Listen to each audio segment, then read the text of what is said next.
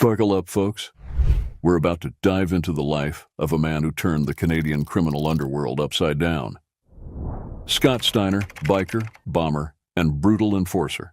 Scott Steinert était un motard hors-la-loi, membre du club de motards Hells Angels à Montréal, Québec, Canada. His story is a high-octane ride through the dark heart of Quebec's infamous biker wars. Did you know that between 1994 and 2001, over 160 people lost their lives in the Quebec Biker War? Quebec's biker war raged for 8 years. More than 160 people were killed, and it made the man at the middle of it infamous. Or that the Hells Angels controlled an estimated 80% of Montreal's drug trade at their peak. Scott Steinert was at the center of it all. From his humble beginnings in Wisconsin to his bloody end in the St. Lawrence River, Steinert's life was a masterclass in ambition and violence. He rose from street hustler to Hells Angels enforcer in just 5 short years. At his peak, he was raking in over $100,000 a month from cocaine sales alone. In the early 90s, what we do know is that he became one of the most reputable members of the Hells Angels in terms of being a hothead. And he was part of the Montreal chapter. And he was extremely influential in the beginning. He owned stripper agencies as well as escort services, which is line of business that Hells Angels have acquired through time. That's their specialty. But here's the kicker. Steinert's most notorious act, a bombing that killed an 11-year-old boy, led to his downfall and sparked a change in Canadian law.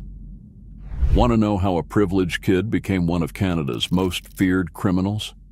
Stick around. This is a story of power, betrayal, and the high cost of living life on the edge.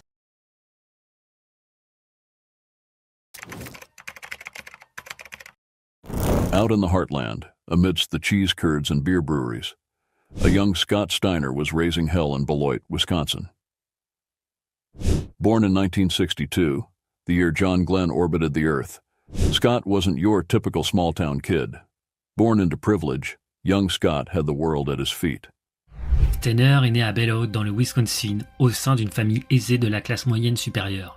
Sure, he knew his way around a football field and a classroom, but his true love wasn't books or sports. This kid, he had other plans. Bien qu'il ait grandi dans un foyer aimant et qu'il ait été gâté par ses parents, il était considéré comme un élève intelligent, mais peu intéressé par les études, et il se faisait souvent remarquer par son mauvais comportement en classe. By age 8, the Steinert family packed up and moved to Montreal. It was here, in the land of poutine and harsh winters, that Scott's rebellious streak truly blossomed. Cadre supérieur de la société Bellois Corporation, et en 1970, il a été muté au bureau de Montréal de l'entreprise. Steinert a donc passé le reste de son enfance à grandir à Montréal. Bien qu'il... Former classmates remember him as trouble with a capital T, always pushing boundaries, but charming as hell when he wanted to be. At 16, Scott was already diving headfirst into the world of drugs. First hash, then LSD. It was a slippery slope, and Scott was sledding down it at full speed. À l'âge de 16 ans, Steinert a commencé à fumer du hashish et a rapidement expérimenté le LSD. By 1980, at just 18 years old, Scott's parents had had enough. They showed him the door, unknowingly setting in motion a chain of events that would shake the Canadian underworld to its core. Little did they know, their privileged son was about to become one of Canada's most notorious criminals. The seed of rebellion had been planted. À 18 ans, il avait déjà 3 condamnations pour trafic de drogue. Il a quitté l'école à 18 ans et en raison de sa consommation de drogue, ses parents l'ont expulsé de la maison. Il a alors déménagé à Vancouver où il vivait de l'aide sociale, tout en travaillant comme trafiquant de drogue. And in the streets of Vancouver, it was about to bloom into something deadly. Vancouver, 1980. While the rest of the world was playing Pac-Man, Scott Steinert was playing a far more dangerous game on the streets. Former Vancouver police officers remember him as always one step ahead, a true menace to society, but with an undeniable gift for the hustle. À 21 ans, il avait accumulé de nombreuses condamnations pour des infractions telles que le cambriolage, l'agression, la possession de stupéfiants. In just 5 short years, Scott went from small-time dealer to a rising star in Vancouver's underworld. His bilingual skills made him invaluable in a city where the drug trade often crossed linguistic lines. By 1985, he was moving products worth tens of thousands of dollars a week. But Scott's ambition, it was writing checks his luck couldn't cash. In 1985, at the age of 23, Scott's luck ran out. He tried to sell 2 kilos of PCP to an undercover Mountie. Not his smartest move. This blunder landed him a 5-year stint in the slammer, but for Scott Steiner, prison wasn't a punishment.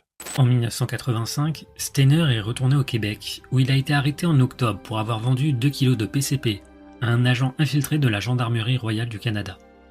En décembre de la même année, il a plaidé coupable en échange de ne pas être expulsé vers les États-Unis et a été condamné à 5 ans de prison. It was an opportunity. The street hustler was about to get a graduate degree in crime, and the Canadian underworld had no idea what was coming. Behind bars, Scott Steiner underwent a transformation that would make Jekyll and Hyde look like amateurs. He pumped iron, studied the criminal code of honor, and networked with the underworld's finest. The Scott Steiner who walked into prison in 1985 was a far cry from the man who emerged in 1990. In the confined world of the penitentiary, Scott's charm and intelligence found new purpose. Pénitentiaire de Steinert indiquait qu'il était extraverti et d'un bon tempérament, répondant aux questions sans réticence et avec une transparence remarquable. Il aimait faire de la musculation, mais le rapport mentionnait également que son corps était largement tatoué, un signe perçu à l'époque au Canada comme une indication de lien avec le milieu criminel. Malgré cela, les responsables pénitentiaires ont noté qu'il avait des qualités intéressantes, un potentiel supérieur à la moyenne, et qu'il était davantage marginal que véritablement délinquant. He became a sponge, soaking up knowledge from hardened criminals. From mob enforcers, he learned the art of intimidation. From white-collar fraudsters, he gleaned the secrets of money laundering. And from old-school gangsters, he absorbed the unwritten rules of the criminal underworld. But Scott's most valuable lesson came from observing the power dynamics within the prison. He saw how influence could be wielded without official authority, how loyalty could be bought and sold, and how fear could be the ultimate currency. By the time his release date rolled around in 1990, Scott Steiner was more than ready to re-enter the criminal world. He had the mind of a chess grandmaster and the ruthlessness of a shark. The Canadian underworld wouldn't know what hit it. 7. Il a été libéré sur parole. En 88, Steinert a été accusé d'avoir joué le rôle d'un homme de main pour un usurier.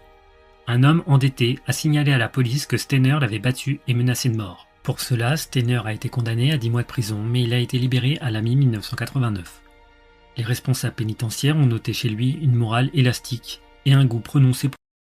As he walked out of those prison gates, Scott wasn't looking for redemption. He was looking for an empire, and he knew just where to start building it, in the leather-clad, chrome-plated world of outlaw motorcycle gangs. The prison crucible had done its work. Scott Steiner entered as base metal and emerged as tempered steel. The criminal world was about to meet its new rising star, and heaven help anyone who stood in his way.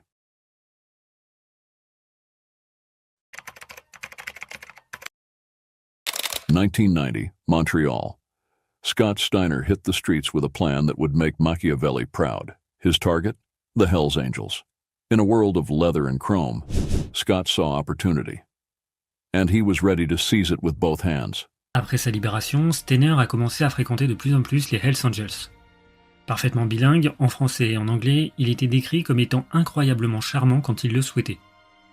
Steinert avait un casier judiciaire particulièrement long, avec de nombreuses condamnations pour agression, menaces de mort et possession. Scott's bilingual skills and charisma made him a valuable asset in Quebec's criminal underworld. Au début des années 90, Steinert rejoint le chapitre de Montréal des Hells Angels, parrainé par Robert Timègre Richard, l'un des Hells Angels les plus notoires du Québec, connu pour son rôle central dans le massacre de Lennoxville en 1985.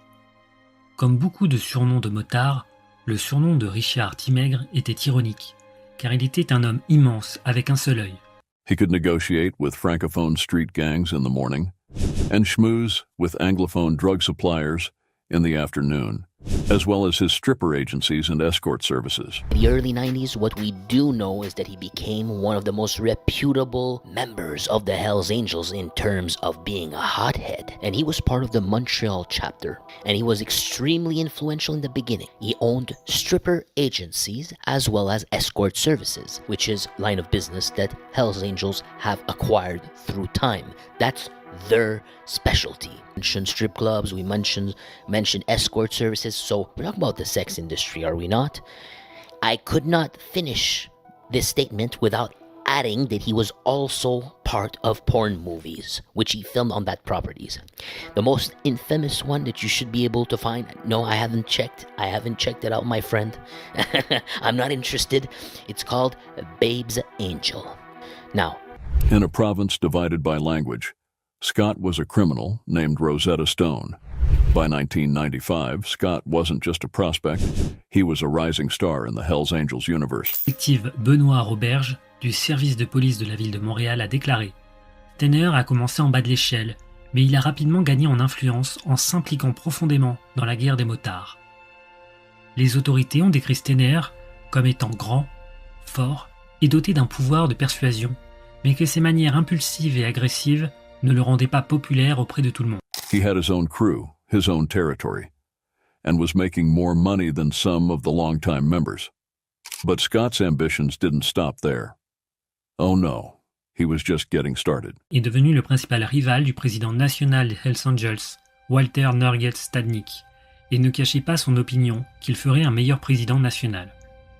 Steinert se moquait de Stadnick pour l'échec du club affilié Demon Keepers en 1994, et reflétant la perte de prestige de Stadnick, son garde du corps, Donald Bam Bam Magnussen, est passé au service de Steinert. Cain a rapporté à ses supérieurs de la Gendarmerie royale du Canada que Steinert entretenait des relations tendues avec Stadnick et son adjoint David Wolf Carroll. Il a également indiqué que Steinert était déjà le chef de sa propre faction au sein des Hells Angels et que son amitié avec Richard lui donnait plus d'influence que son simple statut de prospect ne le laissait supporter. As Scott climbed the ranks, he left a trail of broken bones and broken promises in his wake. He was making friends in high places and enemies everywhere else.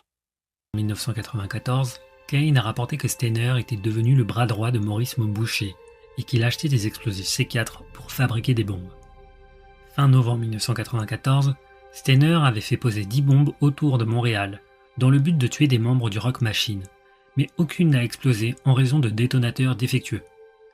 Cain a décrit Steinert comme un intimidateur très agressif, prêt à tout pour remporter la guerre des motards que Hells Angels préférait de boucher. Steinert gagnait plus d'argent que tous les autres membres à Montréal. Il se moquait souvent de son rival David Wolf Carroll, se vantant de ses revenus supérieurs. But in the world of outlaw bikers, enemies are just opportunities waiting to happen.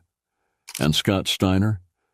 He was about to seize the biggest opportunity of all. Steinert fournissait des stripteaseuses partout au Canada et aux Antilles.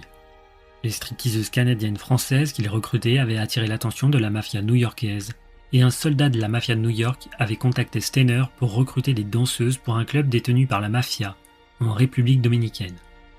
Cain indiquait que le complexe, comprenant des appartements et une marina, servait de façade pour le blanchiment d'argent. Steinert accepta de recruter des stripteaseuses, mais seulement en échange d'une part des bénéfices du club, ce qui illustrait son audace et son avidité, n'hésitant pas à se mesurer à la mafia. One that would write his name in the annals of criminal history, in blood. 1995 marked a turning point in Scott Steiner's criminal career. He became the Angels' go-to guy for all things explosive. Cependant, Steinert était l'un des meilleurs gagneurs des Hells et un expert en fabrication de bombes. C'est Steinert qui a d'abord recruté Danny Cain, qui allait plus tard devenir un informateur de police extrêmement précieux au sein des Hells Angels. Former law enforcement officials describe him as a violent and cruel psychopath, a man who saw beauty in destruction. Le criminologue canadien Steven Schneider a qualifié Steinert de psychopathe ambitieux et l'un des hommes les plus dangereux des Hells Angels. Steinert était responsable de la fabrication de bombes, avait personnellement tué des membres du Rock Machine et avait acheté des photos aériennes de Montréal pour mieux planifier ses assassinats. Scott's expertise with explosives made him invaluable to the Angels in their ongoing war with rival clubs. Dans un autre rapport assez supérieur, policier en novembre 1994, Kane a déclaré « Mom Boucher donne les ordres d'exécution pour la guerre actuelle avec les Rock Machines. Steiner est l'exécuteur. » He orchestrated bombings with a precision that was almost artistic. Almost, if it weren't for the trail of bodies left in their wake. Janvier 1995, Kane signalait que Steiner circulait dans Montréal à la recherche du chef du Rock Machine, Paul Porter, avec l'intention de le tuer. Le même mois, il était impliqué dans une tentative de meurtre contre un autre membre des Rock Machine, André Curly Sauvageau, ce qui a conduit à une poursuite en voiture. But on August 9th, 1995, Scott's actions crossed a line that even the hardened criminals of the biker world found hard to stomach. A bomb meant for a rival club member killed an innocent 11-year-old boy, Daniel Desrochers. The public outcry was deafening. En 1995, Kane a signalé que Steiner était toujours un citoyen américain, ce qui a conduit le gouvernement canadien à émettre un ordre d'expulsion contre lui. Boucher a suggéré à Steiner que s'il était expulsé, il pourrait acheter la citoyenneté mexicaine pour seulement $30,000. Selon Kane, Boucher et Steiner avaient élaboré un plan pour gagner la sympathie du public en tuant l'un des leurs de manière particulièrement brutale, dans l'espoir que le public blâmerait les Rock Machines. Ils ont décidé que Marc Dubé, un petit trafiquant de drogue travaillant pour les Hells, serait celui à sacrifier. The police formed a special task force, and the heat on the biker clubs intensified. But Scott? He didn't slow down. If anything, he doubled down. Le 9 août 1995, Dubé a été tué par une bombe télécommandée placée dans sa Jeep, tandis qu'un garçon de 11 ans, Daniel Desrochers, qui jouait de l'autre côté de la rue, a également été tué. Later that year, Scott Steiner, in the end of 1996 is what it's believed, he moved into a luxurious mansion, which you've probably never heard about, the majority of you. They called it La Vigueur, and it was in Île Jésus, the island of Jesus. And it became the base of operation for Steiner, where he conducted his business with other puppet clubs or Hell's Angels. They would go and gather there. It's sort of like his own mini bunker, if you will. Despite the increased scrutiny, Scott's star continued to rise within the Angels. By 1997, he was making over $100,000 a month from cocaine sales alone. He expanded into prostitution, loan sharking, and even legitimate businesses. Scott Steiner was building an empire, but in the criminal underworld, the higher you climb, the farther you have to fall. And Scott Steiner was about to learn that lesson the hard way. En 1996, il a reçu le patch spécial 50 Fae, composé de runes SS en forme d'éclair qui est décerné à ceux qui tuent pour les Angels, ainsi qu'un full patch en même temps. As the millennium approached, Scott's paranoia grew along with his power. Il a accusé Steiner et Magnussen d'être des informateurs de la police en soulignant que les efforts du gouvernement pour expulser Steiner vers les États-Unis avaient échoué, ce qui l'a conduit à conclure que Steiner devait collaborer avec les forces de l'ordre. Kane, qui cherchait à détourner les soupçons de lui-même, a fortement encouragé Carroll à poursuivre cette idée, en affirmant que Steiner devait être un informateur infiltré au sein des Hells Angels. Les soupçons à l'égard de Steiner et Magnussen se sont accentués après l'interception d'un envoi de 31 kg de marijuana et 200 pilules d'ecstasy destinées à être vendues à des trafiquants de drogue dans le Nord. He began to see enemies everywhere, even among his closest allies. Kane a rapporté, fin 1995, que Steiner perdait de la crédibilité auprès de nombreux membres du chapitre de Montréal, qui n'appréciaient pas ses méthodes ou sa façon d'agir en général. En mars 1996, il a reçu le patch spécial 50. The bomber was about to become the bombed, and the explosion would rock the entire Canadian underworld.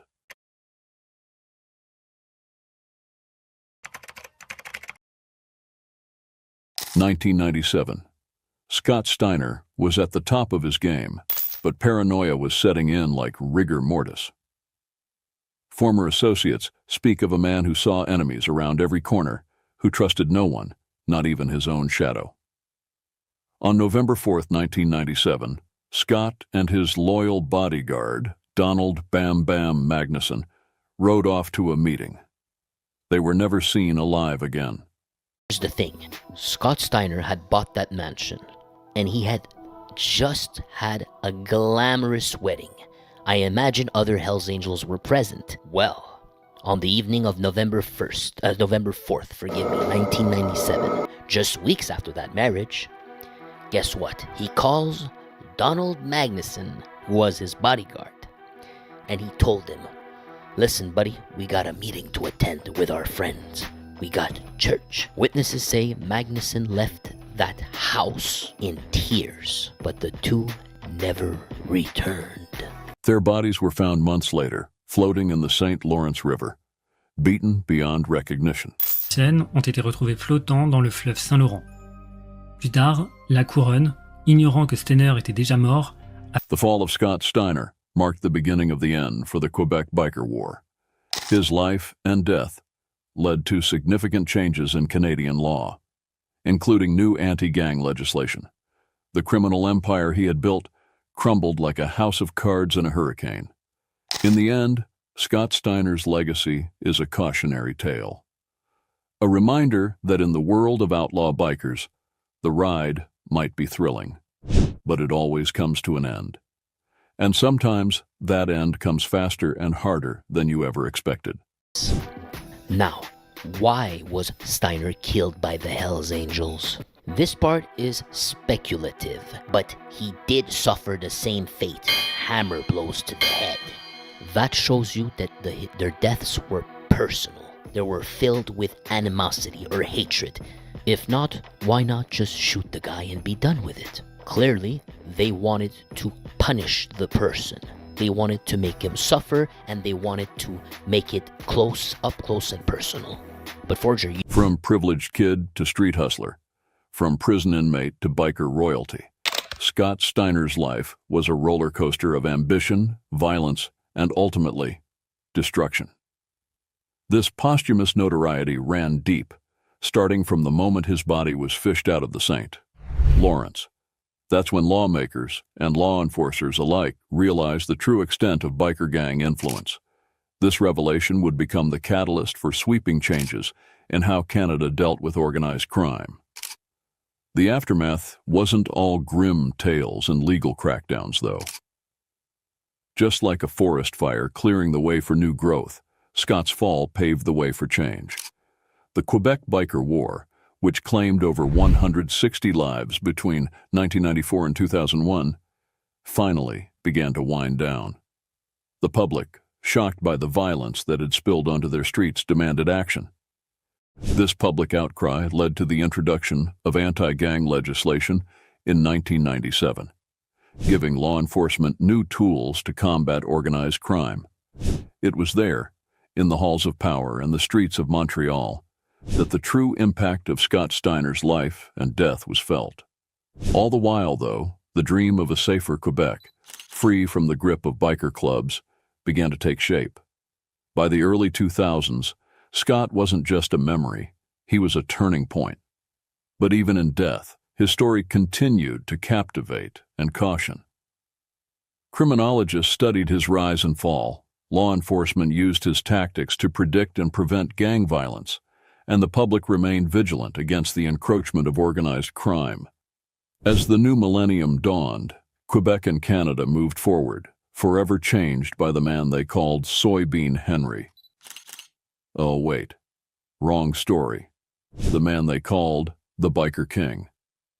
Scott Steiner's ride had ended, but the road he paved continued on, a dark reminder of the cost of unchecked ambition and the enduring human fascination with those who dare to live life on the edge.